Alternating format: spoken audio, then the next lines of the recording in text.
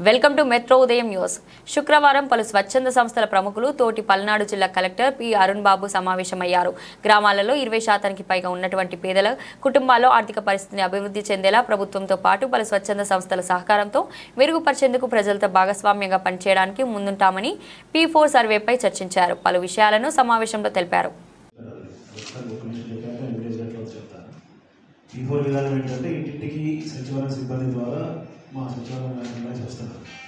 వచ్చినప్పుడు కొన్ని ఇన్ఫర్మేషన్ అడుగుతారు. మీ ఇంట్లో టీవీ ఉందా, ఫ్రిడ్జ్ ఉందా, కరెంట్ బిల్ ఎంత వస్తుంది, లేకపోతే మీ పొలం ఉందా, ఎవరు ఉద్యోగస్తులు ఉన్నారా, సొంత ఇల్లు ఉందా, ఇలా డేటా అడుగుతున్నారు.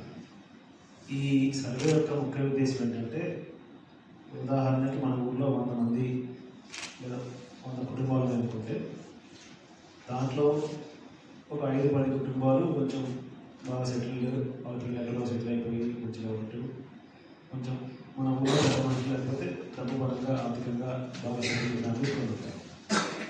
అట్లా మిగతా వాళ్ళు ఒక 50-60% మిడిల్ క్లాస్ లాగా ఉంటారు. ఆ రోజుకాలం సరిపెట్టుకుంటే చేసుకుంటూ ఉంటారు.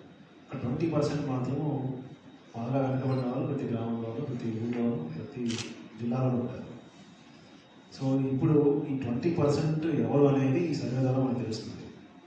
వాళ్ళు కౌలు రైతులు కావచ్చు, నేను అప్పుడు వారు పెట్టినటువంటి రైతులు కావచ్చు, వారు చెప్పినటువంటి 2-3 పంటలు వేసి నష్టపోయిన రైతులు కావచ్చు, చదువుకొని ఏ ఉపాధి దొరక ఇబ్బంది పడుతున్నటువంటి కుటుంబాలు కావచ్చు, ఆ డేటా తీసుకుంటాం.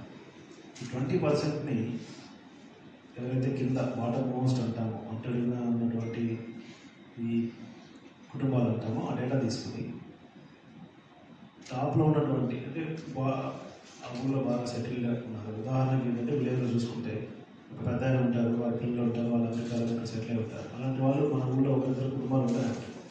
సో వారి సహకారం తీసుకుని ఈ కింద ఉన్నటువంటి ఎవరైతే కుటుంబాలు ఉన్నాయో డెవలప్మెంట్కి బాగా దూరంగా ఉన్నటువంటి కుటుంబాలని వారి సహకారంతో వీళ్ళు కొంచెం అప్లిఫ్ట్మెంట్ ఉంటుంది.